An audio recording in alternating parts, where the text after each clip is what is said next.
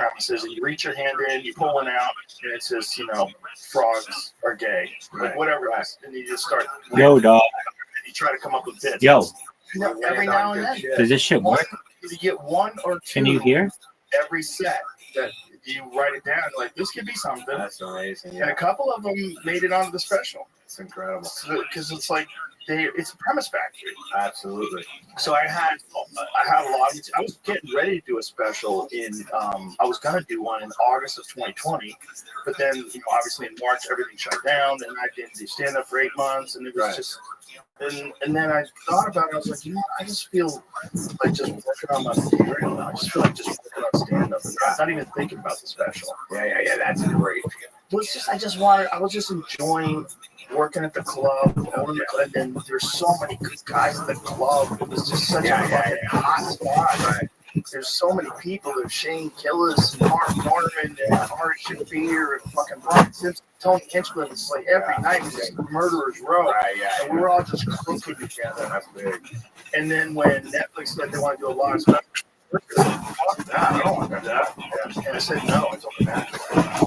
I was like, I don't want to do that. Yeah. And then I was driving home, like, why are you scared to do that, you fucking pussy? And I was like, as I was driving home, I was like thinking it. And then when I got home, I called her back. I go, don't say no yet. I go, wow. Yeah. Bad those feelings. Yeah. And then the next day, I said, all right, I'm going to do it. She's like, you sure? I go, yeah. I'm going to do it because I'm scared of it. That's ballsy. I'm terrified. I'm scared to do it. I would never fucking do it. But you killed it. You were loose. You were rolling. You crushed. Well, I did that set in order for 3 weeks straight. Right. So I had it locked in. For 3 weeks, I didn't do anything. I always fuck around. There was no fucking around. Yeah. That's right. Weeks. You were steady. Exactly. I also wrote all the bits out by hand. I wrote them all out. Even the ones I already knew. I wrote them all out. Listen to recordings. Watch videos. I beat myself in the ground. Prepared. Right. So then when I got up there was no what is next. There was no thought about that. Have a beat sheet somewhere just in case you got lost. No. That's fucking false. I would never be able to do that. But I wanted to treat it like a regular show. If I had a regular show, I wouldn't have a cheat sheet. Well, I never did. I need fucking horror. Somewhere and see the word. What do you put index cards on the stage? Monitor. Oh, okay. It says just popcorn. Right. Yeah. Ready. Because my head goes to space, and I get spacey as I got older. When I was young, I was prepared and boom, and I did my shit. And I think it helps me kind of relax a little bit, just knowing that if I'm sure down and see a word and go, do that. Bill Maher brings one of the conductors fucking things on stage. Where, they have the news, the music rather. Yeah. He has that, and he just has his ideas written out on that. That's good. So you can just look down at it. I get addicted to that a little too much. Sometimes I study in Largo. In LA, I go up there. Flanny runs that place, and he lets me go on and try shit out. And I have a music stand, and I'll be at work all day working on movies. And then 10 minutes left to go, I go, I got a couple of minutes to break jokes with me. And I go, let me try this, and this. And I just put the sheet down, go on stage, try shit out. Try new shit out, nothing better than a new joke. Yeah, it's very exciting. That's the best if this would work. And usually it does work too. Well, you're enthusiastic about it. Yeah. If you really have thought about it, prepared for it, it's like a new thing for you. So it's exciting for you. Yeah. So you can't wait to get to that or open with it or whatever. Yeah. When you do movies, do you just come up with a premise first? Like when you decide to do a film, like if you decide to do Happy Gilmore, how do you make your movies? How do you start? That was this lucky premise. Billy Madison, I remember. I thought this could be great. A guy a grown up who does elementary school again. And that's a great idea of I get to be goofy, get to bully these little kids, then all of a sudden connect with these kids and have fun growing up again. So, and my part of my thing was like, well, Rodney did back to school already. So everyone's going to say I just ripped off back to school. Rodney went back to college. How the fuck do we try to do it a step away from that? And I called my buddy Hurley, who I went to college with, and he writes all the movies with me.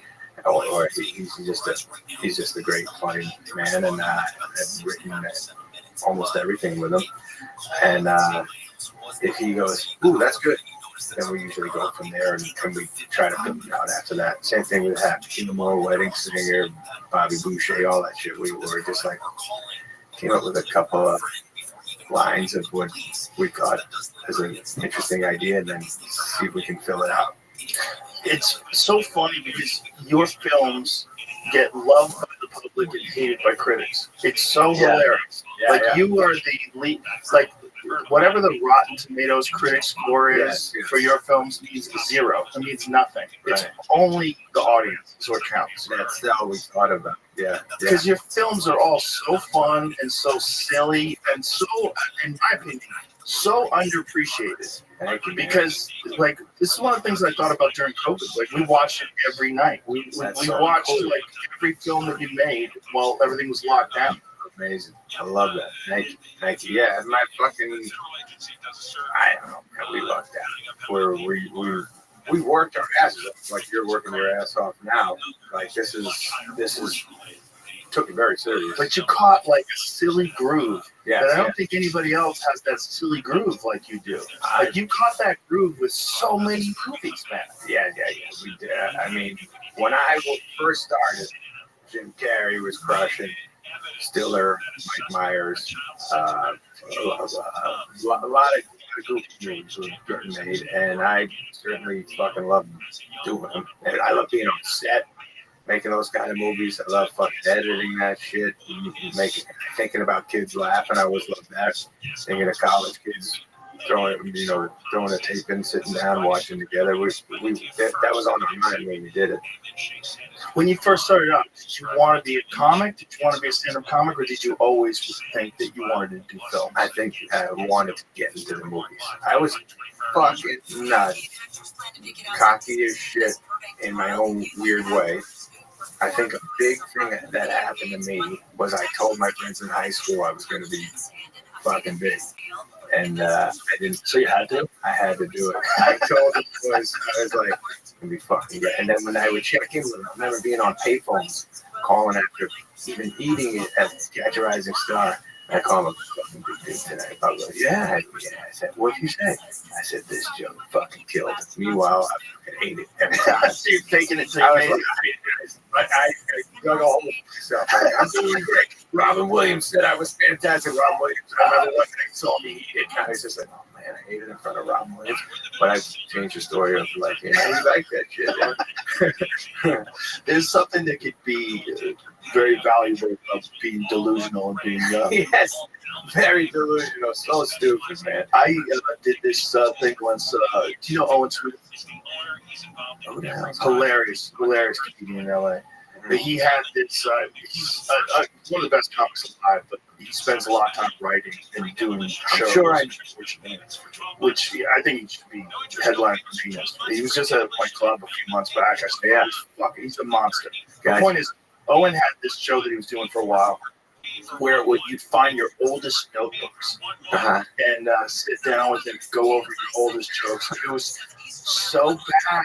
It was like a 1991 joke book. Yeah. I keep them all. And I was going through, we were reading it. I was like, dude, it's so bad. They had like built-in heckler lines that were terrible. This guy was saying this to me, and that. So if I had to go back there and like give myself advice, I would say, you gotta quit. You're terrible. God, do this. What are you doing? Yeah, don't do this. You're not gonna make it.